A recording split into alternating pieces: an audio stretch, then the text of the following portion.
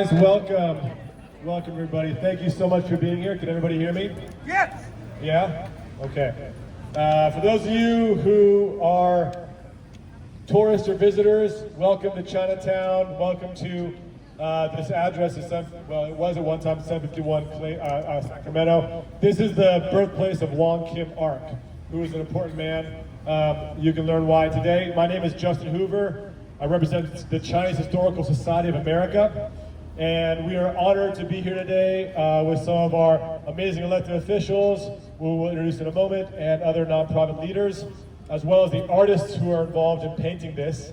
I'll name them right now: Norman Chuck, aka Vogue, as well as Elaine Chu and Marina Perez-Wong, who are here.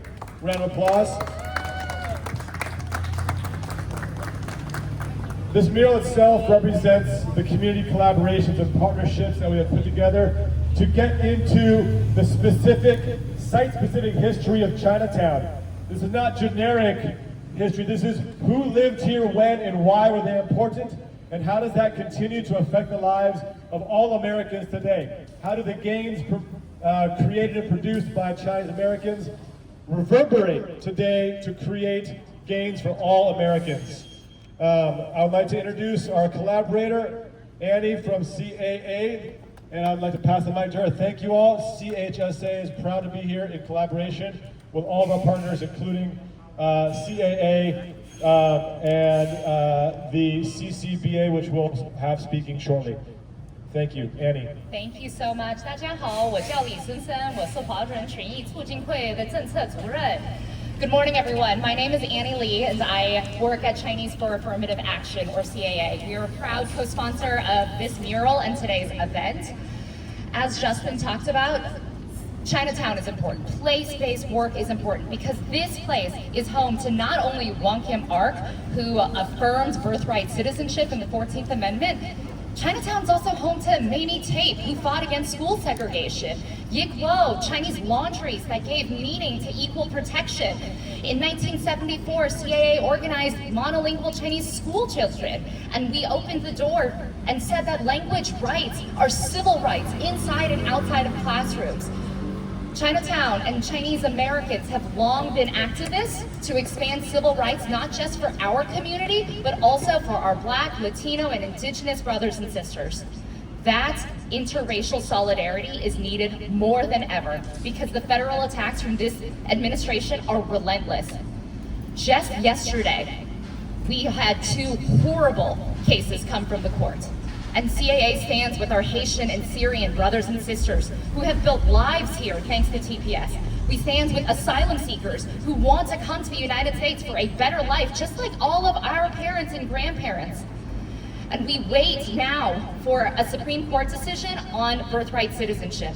That will be coming next week. But no matter what this court says, I want us to remember that we have power. The reason why Wong Kim Ark was successful was not only because of his individual courage, but the courage of Chinatown and the community that stood with him. That is the lesson that we should draw from this mural, that we are stronger when we are together, united, not just as a Chinatown, but as an entire city and an entire country. Thank you so much for joining CAA and CHSA here today, and it is my great honor to introduce our mayor, Mayor Daniel Lurie.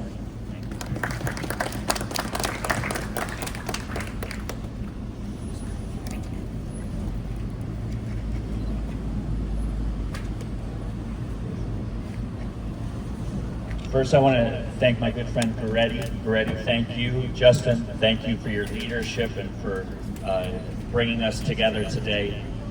Standing right next to the corner where Wong Kim Ark grew up, we're reminded of how residents of San Francisco have shaped the course of history for our entire country. 128 years ago, Wong Kim Ark helped reaffirm the meaning of U.S. citizenship when he took his case all the way to the Supreme Court and won. While that victory is more than a century old, it still has resonance today. With this beautiful, incredible mural created by Norman, Vogue, Chuck, Marina, Perez-Wong, and Elaine Chu, our residents and visitors can honor and reflect on Wong Kim Ark's legacy. Wong Kim Ark had the bravery to assert his right as an American. When he won his landmark Supreme Court case, it cemented the American ideal that if you are born in this country, you are American, no matter where your parents are from. This mural is titled, "I Am an American," written both in English and Chinese. It's a powerful reminder that this country's identity has been shaped by a dynamic multitude of voices and cultures. Wong Kim Ark's legacy reaches our entire country, but his story began in San Francisco. He worked in Chinatown as a cook and contributed to a tradition of local businesses that have powered Chinatown for generations. Today, San Francisco's Chinese and AAPI communities continue to help drive our city's recovery and our future. They run restaurants and family-owned businesses here in Chinatown, the Richmond, and the Sunset that give our city its incredible character. As innovators, entrepreneurs, and engineers, they develop new technologies, create jobs, and help shape the future. As teachers, librarians, police officers, and firefighters, they educate our city and they keep us safe. And as civic leaders, many represented here today, they work to deliver results for San Franciscans.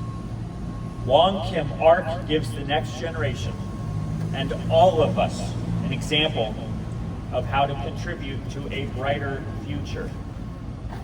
Before I close, I would like to thank the Chinese Historical Society of America, Rose Pack Community Fund, the Chinese Consolidated Benevolent Association, long known as the Six Companies, and Chinese for Affirmative Action.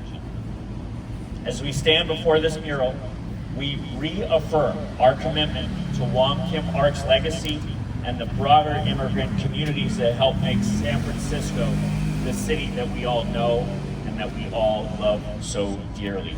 Thank you very much.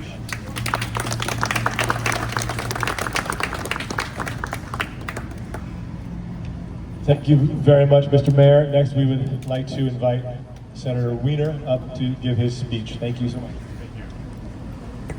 Thank you, and first of all, I want to thank all of the organizers, all the amazing community-based organizations that have made this possible.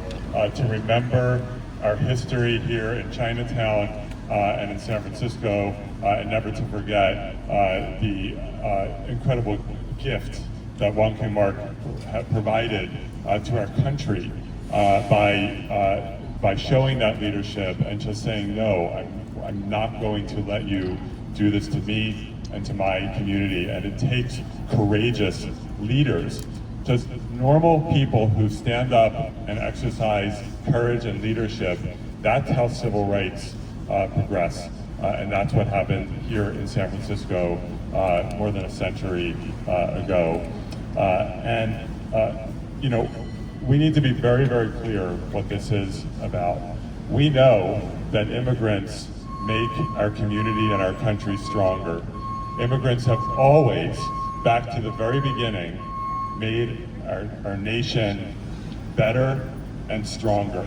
The waves of immigrants who have come to this country to make lives for themselves, whether people coming here from China and from other parts of Asia, people coming here from Mexico and from Central America, from the Philippines, Jews coming here from Eastern Europe and Russia like my ancestors did, people who have come here to find a better life for themselves and their families, to flee violence and persecution.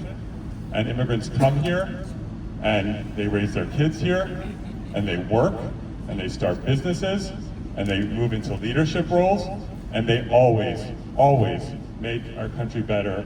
And so we must push back hard against the slander that we hear coming from our president and others, that immigrants are somehow bad for our country. It is the exact opposite. This issue, birthright citizenship, and the case before the Supreme Court, which is just reflective of so many other attacks on communities in this country, we need to be clear what it means. We have a group of people who have decided that there are certain other people who are not real Americans. who are not authentic parts of this community. Immigrants who come here seeking refuge or asylum. Immigrants who have lived here for decades but lack papers. Immigrants who came here and got citizenship. People who were born here who they are now saying don't belong. LGBTQ people who they say don't belong. And we, as diverse communities in San Francisco and this country, need to lock arms and say, hell no, we're not going to let you do this. That's what the Supreme Court case is about, and that's what this fight is about. So again, thank you so much to everyone who made this beautiful, beautiful mural possible. Thank you to the artists, and let's keep fighting. Thank you. Thank you, Senator Wiener. Thank you so very much. That fight has a lot to do with how we educate, and I'd like to say CHSA is dedicated to public education. And if you go to look at this plaque on the side here, I forgot to say it earlier, you can scan it. Just so you know, it has an educational curriculum you guys can download, learn more about it. So please share with any teachers you know so they can come here and learn all about it. Next, I'd like to introduce Danny Sauter, Supervisor for District 3. Thank you very much. Good morning, everyone. I'm Danny Sauter, and as the District 3 Supervisor, I have the great honor and responsibility of representing this corner of the city in Chinatown. I'm very grateful that we have so many opportunities to celebrate, remember, recognize our history here in this neighborhood. Thank you to all the community partners who allow us to do that, who champion that, particularly today, our Chinese Historical Society. Thank you, Justin. We were together a few months ago at Cameron House to do a commemorative naming of Tianfu Wu to recognize her work in this neighborhood. We will be together in a few weeks just up the street for the Golden Star Radio neon sign, turning that back on, recognizing the first Chinese language radio in North America. This is these are stories, moments, individuals, organizations who literally shape our history here in the city, in California, and certainly in this case, in the entire country. The shaping of our country, the way it works today, explicitly why it is such a strong community and country. We trace it back here to Chinatown. And I want us to think back a few months ago as the arguments were beginning in this case, and the reports from some of those initial arguments where you had, for the first time, a sitting president go to the Supreme Court and watch and maybe try to intimidate. But the reports from that day say that by the end of the proceedings, you had a president who was sulking and was frustrated and huffing and puffing, and in a difficult, serious moment, I just take a little pleasure in that you have on the one side a son of Chinatown, a Chinatown cook who is looking to be triumphant, and you have a small man, a small president who is shrinking back from that, shrinking back from what makes us strong as a country. And we are about to celebrate, recognize 250 years. 250 years. And at first, thinking about that and contrasting that with the challenges of today, I was a little depressed, that we're relitigating this some 130 years later. But maybe that's actually fitting. That 250 years ago, we broke from the chains of tyranny from a literal king, and I hope and I believe that we will once again do that from someone who wants to be king. And again, that's all from Wong Kim Ark, that's all from San Francisco, that's all from Chinatown, that's all from this community that was there 130 years ago, that is still here, still thriving. So in this moment, I have hope. In this moment, I have just great appreciation for all of our partners who continue to celebrate this history. And with that, thank you. And with that, I'm introducing my colleague, our budget chair, after last night's finalization of our budget. Thank you, Chair Chan, District 1 Supervisor Connie Chan. Thank you, Supervisor Sauter. 125 years ago, Wong Kim Ark met the moment. He met the moment for our community. And I say 125 years later, here we are as a community, much broader as a coalition. We are meeting the moment. We're going to utilize every tool in our toolbox because we will not be despair. We will not be despair no matter what the Supreme Court decision is going to be. We're going to meet this moment. We're going to say every tool that we have, from a mural that we see in Chinatown, from the budget that we have in our city, from the moment that, thank you to City Attorney David Chu and our Attorney General Rob Bonta in the courtroom, and to make sure, and along with Asian Law Caucus and many, many lawyers, not just in Supreme Court, all levels of courts that you see, that they're fighting for our rights. And so we will, and we will also push the Congress. We will push federal government, state government, and local government in every single way to say, we're here to stay, and we belong, and we're resilient, and we will not look back, and we will not turn back. We will move forward, but I do know this to be true, that it takes every single one of us. It doesn't matter, be it voting, be it fighting, be it taking it on the streets, every single one of us, we have this responsibility. Not only that we owe it to Wong Kim Ark, we owe it to ourselves, but also the future generation. We got to say to them, and we be able to face them when we say, as we move forward, for them to look back. We, as a community, we meet this moment for them. We are not just doing this for Wong Kim Ark or for ourselves, we're doing it for the future generations so that they too not only have birthright citizenship, they have naturalized citizenship. You know that is what Trump administration tried to take away, and so many more rights. Just the right to be able to be educated, the rights to actually have health care, the right to our civil rights, the right to be who we want to be and who we deserve to be. And all those rights start right now at this moment. Now we know we thank Wong Kim Ark 125 years ago, but the fight is not over and the struggle continues. But you know what? As the struggle continues, we do this together. And I say when we fight, we win. Thank you. Thank you so great. Thank you so much. We would like to introduce, we have David Chu, our city attorney, one of my amazing friend of our institution. Thank you very much. Good morning, San Francisco. Let me ask for a show of hands. How many of us are birthright citizens? Keep your hands up. How many of us are also immigrants to this country? And how many of us are first-generation San Franciscans? All right. We are San Francisco, and it is fitting that we are the home of Wong Kim Ark.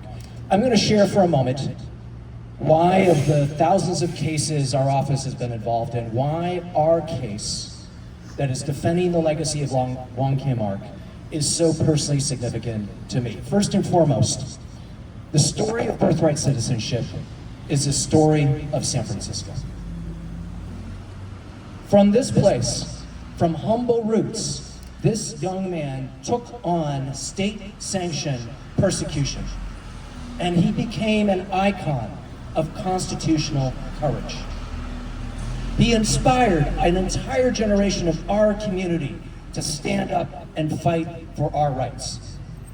And as a birthright citizen, like so many of you, this is profoundly personal. But I also tell you that Wong Kim Ark reminded us that we need to fight for future generations. Because if birthright citizenship is banned, we will see an entire generation of newborns relegated as a permanent second class. They will not be able to get citizenship here or anywhere else. They will become stateless. They will not be able to work, to travel, to get health care, to get education. And we will see our economy gutted, our federal funding impacted, our communities ripped apart. But one third reason why I filed the first lawsuit on behalf of any city in our country against this administration is because if birthright citizenship is banned, it endangers all of us. Because it will mean that the rule of law can be ignored, that the Constitution can be ignored, and that democratic norms can be ignored. So let me say this, today we stand together. Today we stand together to say, we are Americans. We are Americans. We are Americans, and together we will remember our history. We will remember Wong Kim Ark because we are Wong Kim Ark. Thank you very much. I'd like to introduce Assembly Member Matt Haney. Thank you so much. Thank you. Good morning, Chinatown. How are we doing? Isn't this a beautiful mural? This is such an incredible neighborhood for so many reasons. I was walking over here and I saw, as we often do, a very large tour group that was walking here to our city. And we think about the tens of thousands of people who come here every month, the millions of people who come and visit this neighborhood to learn about the history of Chinatown, of San Francisco, to understand the special, unique nature of what this neighborhood represents. And now they will also be able to see this beautiful mural that tells the story of one of the most important civil rights and constitutional victories in American history. We stand united here as a community, with our mayor, with elected leadership here, to say that everyone in our city belongs. Our diversity is our strength. We are a country of immigrants, and we have to continuously fight to make sure that those rights are protected. This was over 100 years ago, a young man who was born here, who grew up here, who called this city home, was told this was not his place, that he did not belong. And he took that fight all the way to the Supreme Court, and he took that fight not alone, but with a community who had his back. This community here in Chinatown has been standing up and fighting for civil rights for all of us, making us all more protected, making us all more free, and establishing these basic constitutional principles that now we are defending. 100 years ago, we are still in a place where we have folks who want to deny people their citizenship, who want to say, despite the fact that they clearly are from here, that they're born here, that this country is one that has been built by immigrants, they want to deny that right.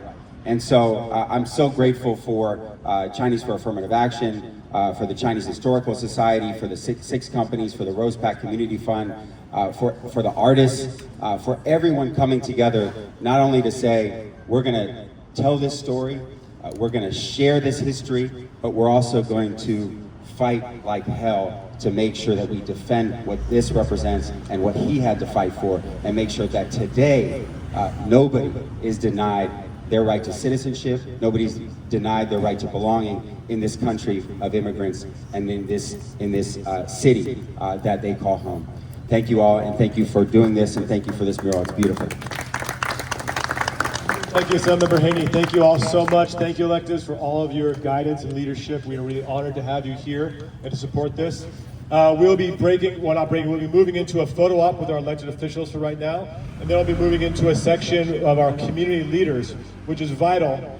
We must remember that this fight wasn't done by one person. While we have one man here identified, we also have on the side here all of these gentlemen here who represent the six companies or the CCBA. And we must remember, how could a single man who was an immigrant, who was monolingual, and who didn't have much money, he worked as a restaurant supporter, how could he take a Supreme Court, how could he take a legal battle to the Supreme Court? Through community action, through community support and mutual aid, which is why we have such a good coalition of groups here today. And we'll be hearing from them in a minute. But first, we'd like to move forward with a photo op with our elected officials and the mayor and our representatives from our partner organizations.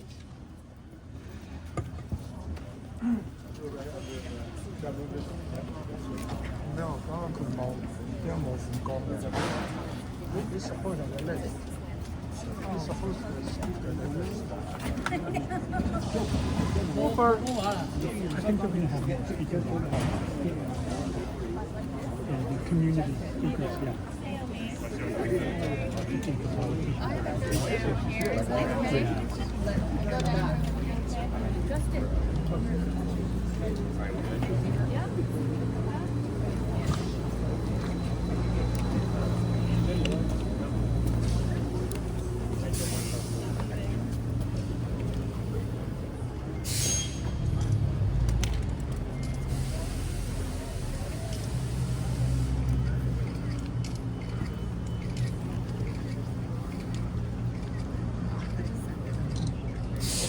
Smile.